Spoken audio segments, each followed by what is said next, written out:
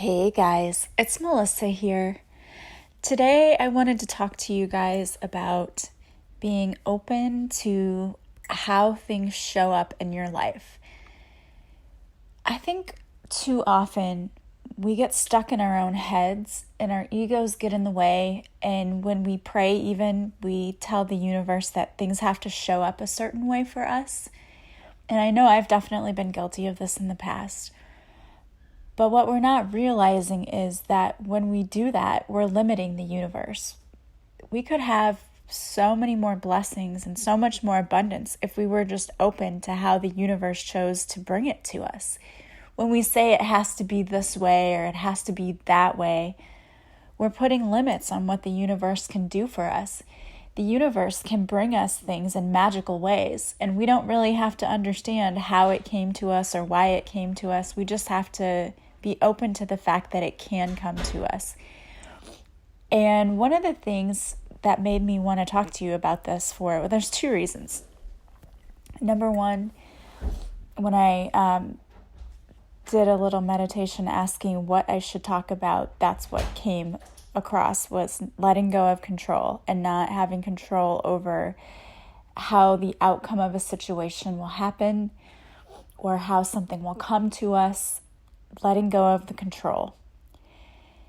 But I was on the way home from school today and I had a podcast on, and they were talking about the subject of twin flames, which there's a lot of controversy about that. I don't even understand really everything about twin flames or whatever. But supposedly the whole twin flame journey thing is like two souls come together. And like I said, I'm not really sure what that's all about or what I believe as far as that. I don't know. And I'm not an expert in that area. But there are a whole lot of people out there, and this I know for sure, because I have heard this come up on more than one podcast, more than one YouTube video, where people are, like there's a whole channels devoted to this whole twin flame thing. And just from what I can make out from other people, what they have said is that a twin flame is like a soulmate, but like you're one half of the other or something. I don't know. And you're here. It's very confusing. I don't know. It really makes not a lot of sense to me in my own head. But a lot of people, I'm not saying it's not true, but a lot of people really buy into this and they think, well, you have a twin flame out there and, you know, you can only be with this person, and which of course that is not true. And there's not just one person for you out there.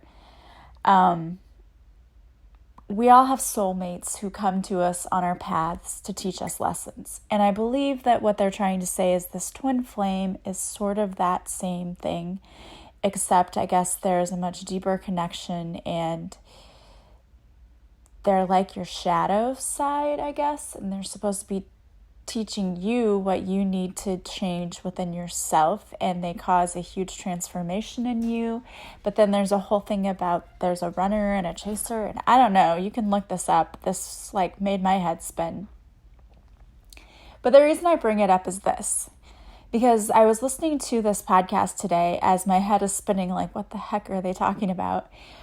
And the person talking about this was telling people, you know, this message is for people who think they've found their twin, but it's really not their twin, and they're experiencing this. And her whole message was basically that you have to detach from who you think you should be with and let the universe bring that to you. And the reason that I brought it up in this podcast is because that really kind of went along with what I was trying to tell you about letting go of control. I mean, it's the same thing, really, except we're talking about in a romantic situation. But when we're wanting to manifest things, you could be wanting to manifest a soulmate, right? So whatever it is, you have to let go of the attachment to the outcome of whatever that's going to be.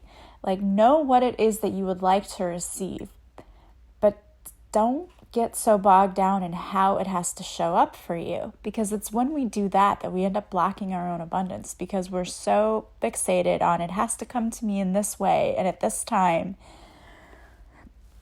we're putting constraints on the universe that aren't helping us, right? They're just delaying what we're trying to receive and what should be coming to us because we're trying to control everything.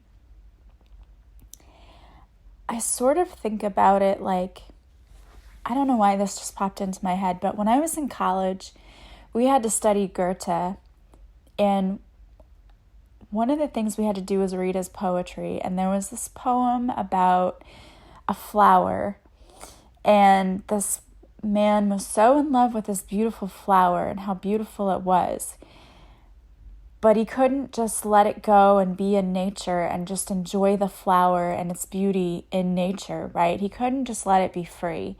Instead, he wanted it all to himself. And he didn't want anyone else to have it or to be able to look at it because he just loved this flower so much.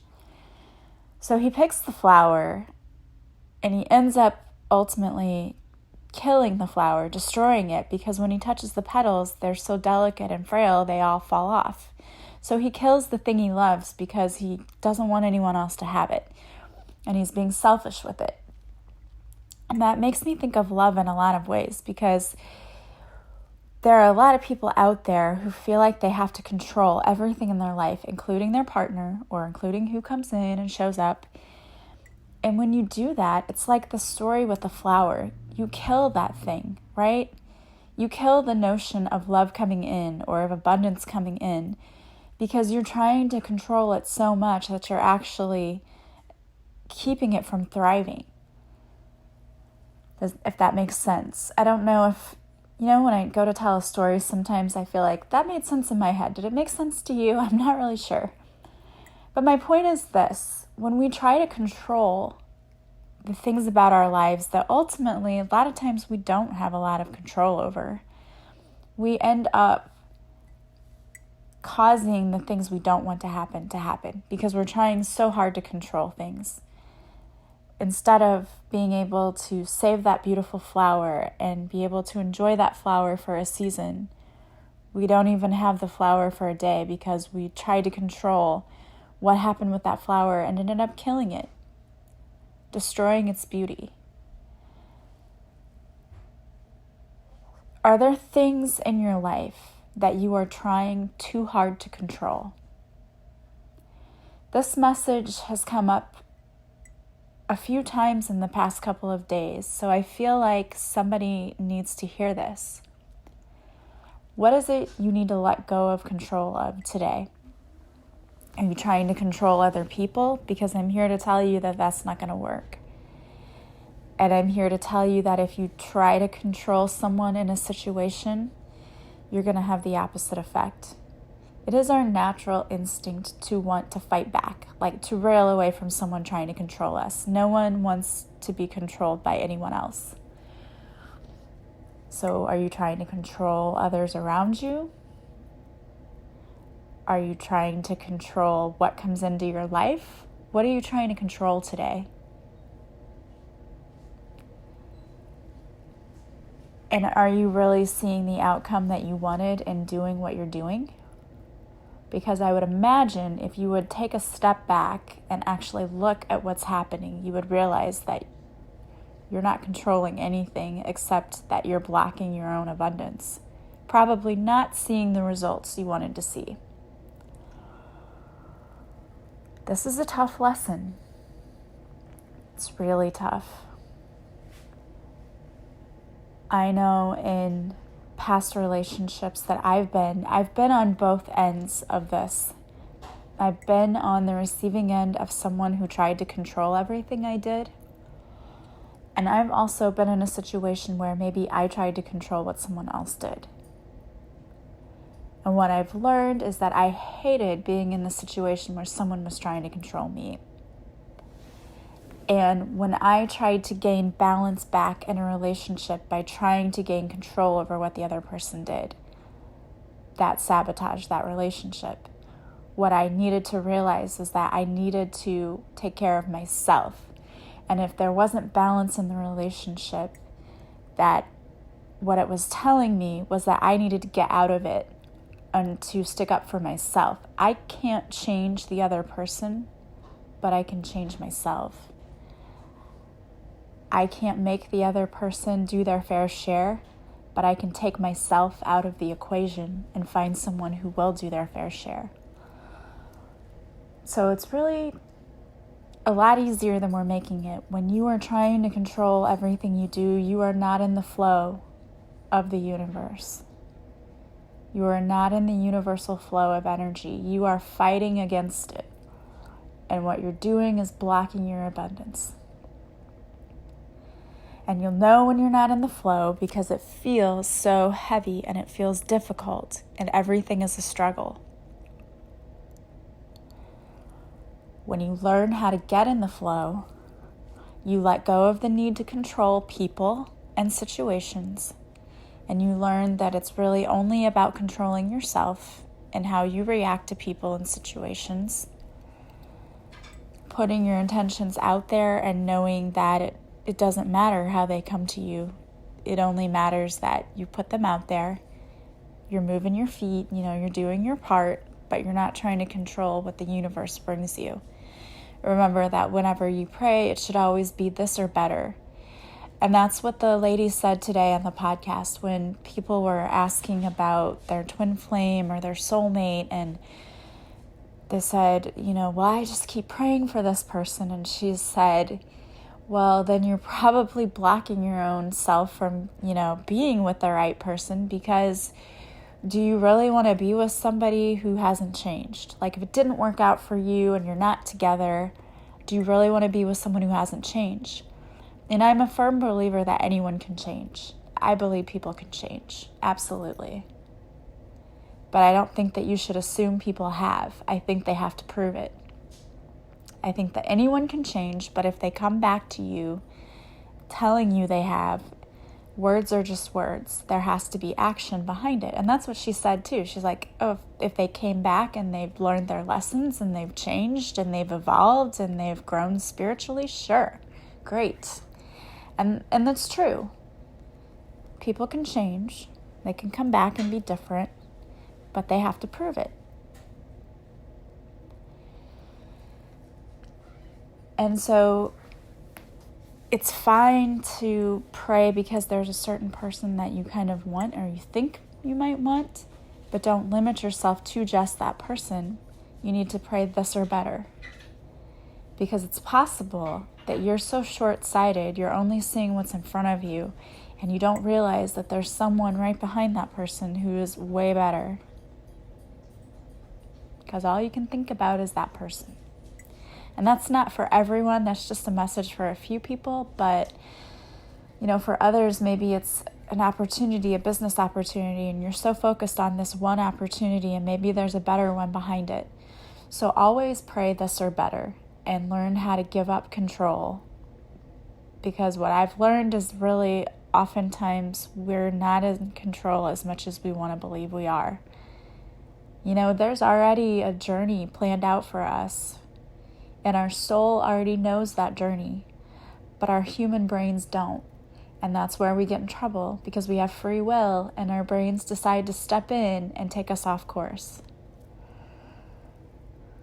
But if we get in the flow and we start learning to listen to our intuition and praying for guidance and looking for the signs, things get a lot easier. A whole lot easier. So I hope that message was helpful for someone. I don't know who needed to hear it, but it definitely was something that needed to be said. All right, so I wanted to pull 2 cards for you lovely, beautiful people.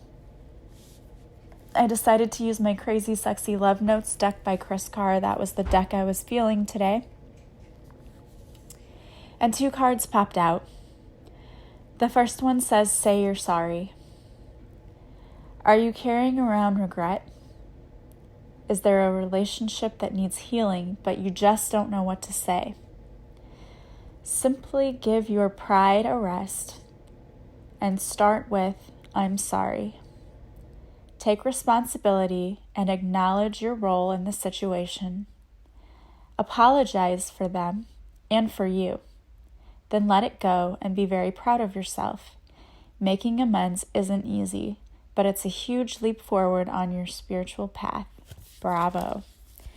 So I think that this is fitting because we talked about relationships and trying to control people and how that works. And if you've done that, or you know that you haven't maybe been the best behaved in situations, maybe now is the time to say you're sorry. And you know what? Forgive yourself.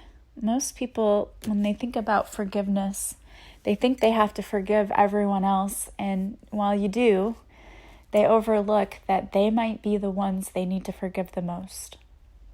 Because you may be holding on to feelings of regret and guilt. And those feelings are not helping you. So you need to let them go. And if that takes apologizing to other people, do it. If it's apologizing to yourself, forgive yourself, do it. All right? All right, the second card I pulled for you is Choose Love. And I think the really funny thing about this is that I just feel like this is a coincidence, a synchronicity, if you will. There's a flower here on the front that is a heart. And the reason that I find this so interesting is because I told you the story about Goethe's poem and the flower. And I think it was Goethe. I hope I'm not wrong, because I will be like, oh, the German teacher didn't even know. But I had that class 25 years ago. Anyway, it's a blue wildflower, which was like the flower pictured in the poem that we read. So that is a huge God wink to me that this was a synchronicity. Someone needed to hear this. It says, if you're struggling with an obstacle or conflict, choose a path of love. Suffering, doubt, and frustration all transform in the presence of love. So show your love courageously. Show your love openly. Show your love with no strings attached. It's safe to give and receive love. In fact, if you have a hard time with self-love, start outside yourself and work your way in. Showing love to others can be a gateway for loving yourself. I think that's a great and beautiful message.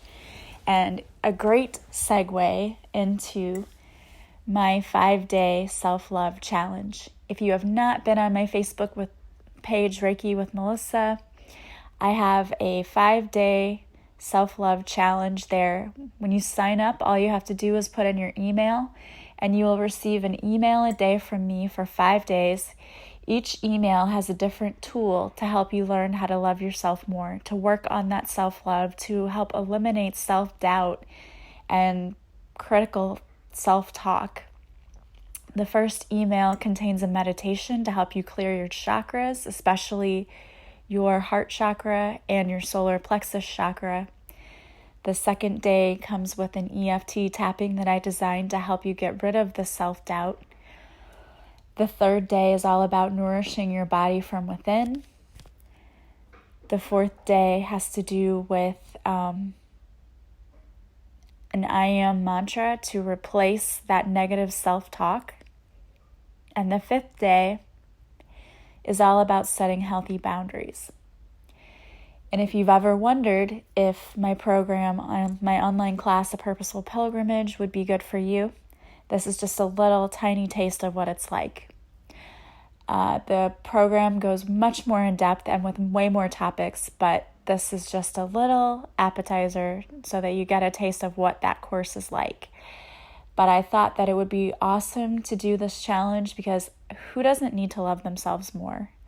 We put ourselves down so much and we're way meaner to ourselves than anyone else could ever be. So I hope you'll join the challenge and share it with others so that they can join. It's totally free.